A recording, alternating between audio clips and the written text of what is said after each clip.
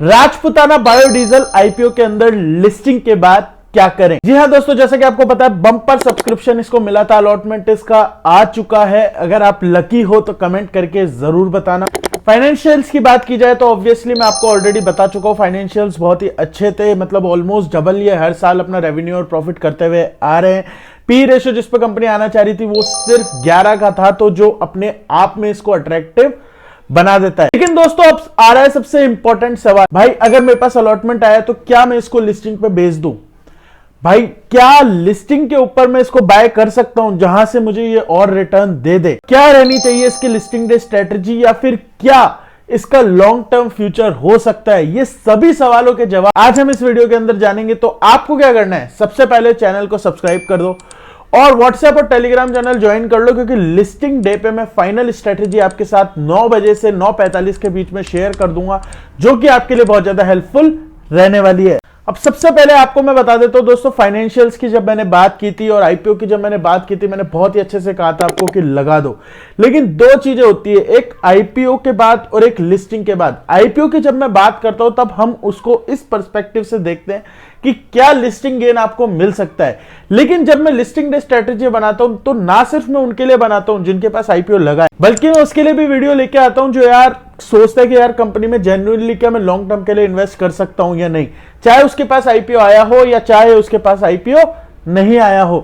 तो दोस्तों उस पर्सपेक्टिव पे जाने से पहले मैं आपको एक कहानी सुनाता हूं। कहानी क्या, बेसिकली एक एनालॉजी है कि जब भी आप, मैं या फिर हम, अगर आप मेरी एज के अंदर हो तो अगर आप डेट करते हो, डेट यानी कि आपकी कोई गर्लफ्रेंड या आपका कोई बॉयफ्रेंड है, तो जब भी आप डेट करते हो तब आप इनिशियली पार्टनर को देख के एटलीस्ट एक डिसीजन ये बना लेते हो कि मैं इसके साथ केवल रिलेशनशिप में हूं कि भाई हाँ ठीक है हम देखेंगे एक दूसरे को। एक रिलेशन ये होता है जो कि भाई हाँ हम दोनों शादी करेंगे आगे जाके। तो दो चीजें होती है कि भाई हाँ सिर्फ गर्लफ्रेंड बॉयफ्रेंड तक और दूसरा शादी तक।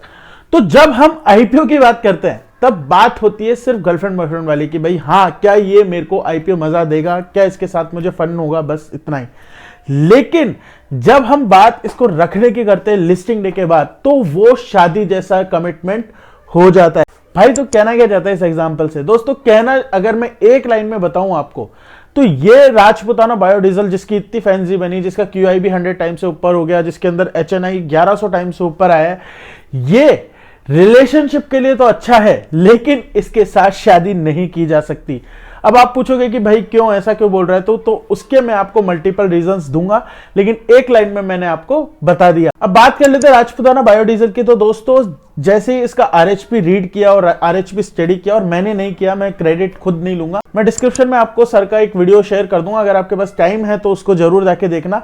आधे घंटे के लगभग का वीडियो है, मैं उसके इंपॉर्टेंट पॉइंट्स आपको समझा दूंगा, तो जिससे आपको समझ में आ जाएगा कि भाई मैं क्या कहना चाहता हूं। सबसे पहली चीज, राजपुताना बायोडीजल के अंदर इन्होंने जो अपनी रिक्वायरमेंट्स आरएचपी के अंदर फाइल करी है, वो कहीं ना कहीं जो ये इशू का पर्पस डिफाइन कर रहे हैं, जो कहीं ना कहीं फाइनेंशियल्स है, उससे बिल्कुल मैच नहीं खा। एक एग्जांपल मैं देना चाहूं तो जैसे कि इन्होंने बोला है कि हम सब्सिडरी के अंदर इन्वेस्ट करेंगे, सब्सिडरी को लोन देंगे।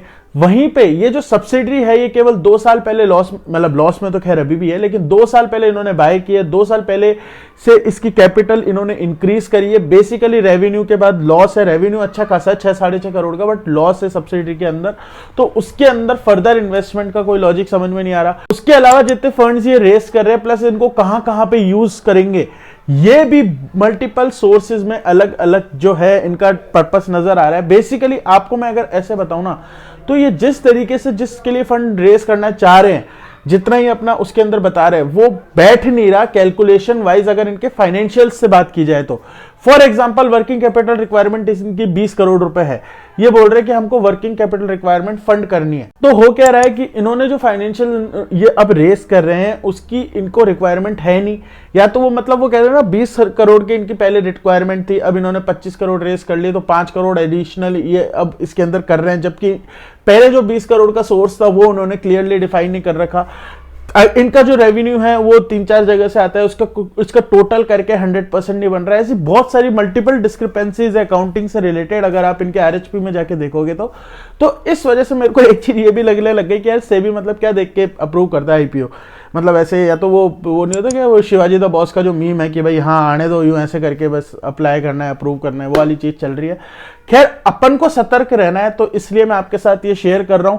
सीधी सी बात है, फाइनल डिसीजन आपका रहेगा, आपको क्या करना है क्या नहीं करना। अब आप बोलोगे कि यार ठीक है भाई तूने बता दिया, सब कुछ सही है, अब बता तो सही करना है क्या है। तो दोस्तों मेरे आईपीओ नहीं लगा, लेकिन अगर मैं आपकी जगह होता और लिस्टिंग डे पे 70% से ऊपर गेन दे रहा है, तो अगर मैं प्रूडेंट इन्वेस्टर हूं, प्रूडेंट मतलब जो सेफ खेलना चाहता है, जो आगे भी मार्केट में रहना चाहता है, जो लॉन्ग टर्म के लिए शादी नहीं करना चाहता, खासकर एसएमई आईपीओ से। अब आपको बोलोगे यार एसएमई में से इतना क्यों प्रॉब्लम है, तो मेन बोर्ड के अंदर तो बोल देता है कि रखने के लिए, क्योंकि दोस्तों एसएमई के अंदर रेगुलेशंस कम रहती है, 6 महीने के अंदर इनके फाइनेंशियल्स आते हैं। सबसे बड़ी बात, जब तक आपको प्रॉब्लम पता चलेगी तब तक वो प्रॉब्लम इतनी बड़ी हो चुकी होगी कि आप बोलोगे कि यार छोड़ अब क्या ही निकालू इसके अंदर, मतलब लाख रुपए डाले थे तो 20-30 हजार रुपए रह गए, अब क्या निकालू। इसलिए बहुत ज्यादा, मतलब वो कहते हैं ना आपको कम से कम 100 रिश्ते पहले देखने चाहिए जब आप फाइनल शादी के लिए मानो। कहने का मतलब यही है कि राजपुताना बायोडीजल के अंदर आपको लिस्टिंग के दिन क्या करना है कि अगर आप आईपीओ इन्वेस्टर हो तो प्री के अंदर, मैं कभी भी यूजुअली नहीं बोलता कि प्री के अंदर ऑर्डर लगाओ, लेकिन 70% अगर जीएमपी चल रही तो 60% के ऊपर आपको प्री में ऑर्डर लगा देना है। अब आप बोलोगे कि यार खुलते अपर सर्किट लग गया, तो जो कि बहुत हाई चांसेस है, लग भी सकता है, कोई बहुत बड़ी बात नहीं है, लेकिन यार मैं यही कहूंगा बेटर सेफ देन सॉरी। सीधी सी बात है कि अगर आप को 5-10%, 20% का एक्स्ट्रा गेन मिले, अगर आप उसके बदले अगर ये सह सकते हो कि कल को ये जाके और ज्यादा लॉस दे, या तो आप ये रखो कि भाई मैं, हो सकता है भाई प्री में नहीं लगा रहा मैं और मैं खुलने का वेट करूंगा, तो खुलने पे अपर सर्किट लग गया तो वेल एंड गुड, 2 या 3 अपर सर्किट तक ट्रेल करो, जैसे लोअर सर्किट लगने वाला हो किसी दिन बेच दो। अगर आप इतने एक्टिव रह सकते हो तो बहुत अच्छी बात है, नहीं तो प्री में सेल कर दो। और वहीं पे अगर लोअर सर्किट लग जाए तो फिर उसके लिए रेडी रहो। फिर ये मत बोलना कि भाई आके यार मतलब आपने बताया नहीं कि लोअर सर्किट में लग सकता है ये वो। तो स्ट्रेटेजी एकदम सिंपल है, अगर आप आईपीओ इन्वेस्टर हो तो प्री के अंदर 70% जीएमपी चल रही है तो 60% से ऊपर आपको ऑर्डर लगा देना है, और 60% में खुश रहो यार। मतलब लाख सवा लाख रुपए का आईपीओ अगर 60-70 हजार का प्रॉफिट दे रहा है आपको 4 दिन के अंदर, तो I think well and good, बहुत है इतना, मतलब ज्यादा फिर वो ग्रीड मारती। और अगर आप लॉन्ग टर्म इन्वेस्टर हो तो भाई मत देखो, लॉन्ग टर्म के लिए और भी बहुत अच्छे अच्छे शेयर हैं। मैं मानता हूं कंपनी अच्छी है, मैं मानता हूं फाइनेंशियल्स अच्छे हैं, लेकिन फाइनेंशियल्स की सबसे बड़ी प्रॉब्लम यही है ना कि यार मैनिपुलेट हो सकते हैं। कोई आपको पता है रेगुलेशन के नाम पे कुछ हो नहीं रहा, तो अपन को सेफ खेलना है, तो यार अब अपन को ध्यान रखना पड़ेगा। पैसा अपना है, वो आके सॉरी बोल देंगे, सेबी आके सॉरी बोल देगी, सेबी आके अपोलॉजी दिखा देगी, अपोलॉजी भी खैर ये तो सॉरी भी नहीं बोलते। तो आप देख लो अब आपको क्या करना है। मैं डरा नहीं रहा हूं ना, कल को ये बोलना कि भाई इसके अंदर खुलते अपर सर्किट लग गए, 5 और सर्किट लग गए, भाई आपने हमारा लॉस करा दिया। नहीं, मेरा काम है आपको सतर्क करना, डिसीजन लेना आपका काम है। कल को आप ये बोलोगे कि यार भाई तूने ऐसे आईपीओ में फंसवा दिया जो कल को इतना गिर गया, क्योंकि अभी पता नहीं चलेगा, 6 महीने, साल भर, 2 साल, 3-5 साल के बाद आपको पता चलेगा कि इस कंपनी की क्या हालत होती है। या तो हो सकता है बहुत अच्छी चल भी जाए, होपफुली अच्छी चल जाए तो बहुत अच्छी बात है, लेकिन क्या अगर ये गिरती है तो आप वो लॉस लेने को रेडी हो। अगर आप वो लॉस लेने को रेडी हो तो आपका प्रॉफिट पे भी हक बनता है, सीधी सी बात है। स्ट्रेटेजी आपको समझ में आ गई होगी। कुछ भी डाउट हो तो कमेंट बॉक्स में पूछ लेना। डिस्क्रिप्शन में मैं लिंक दे रहा हूं उन सर का जिन्होंने बहुत अच्छे से एक्सप्लेन किया है, तो आप उनका वीडियो भी जाके चेकआउट कर सकते हो। बाकी वीडियो को लाइक कर दो, चैनल को सब्सक्राइब कर दो। Thank you so much, bye.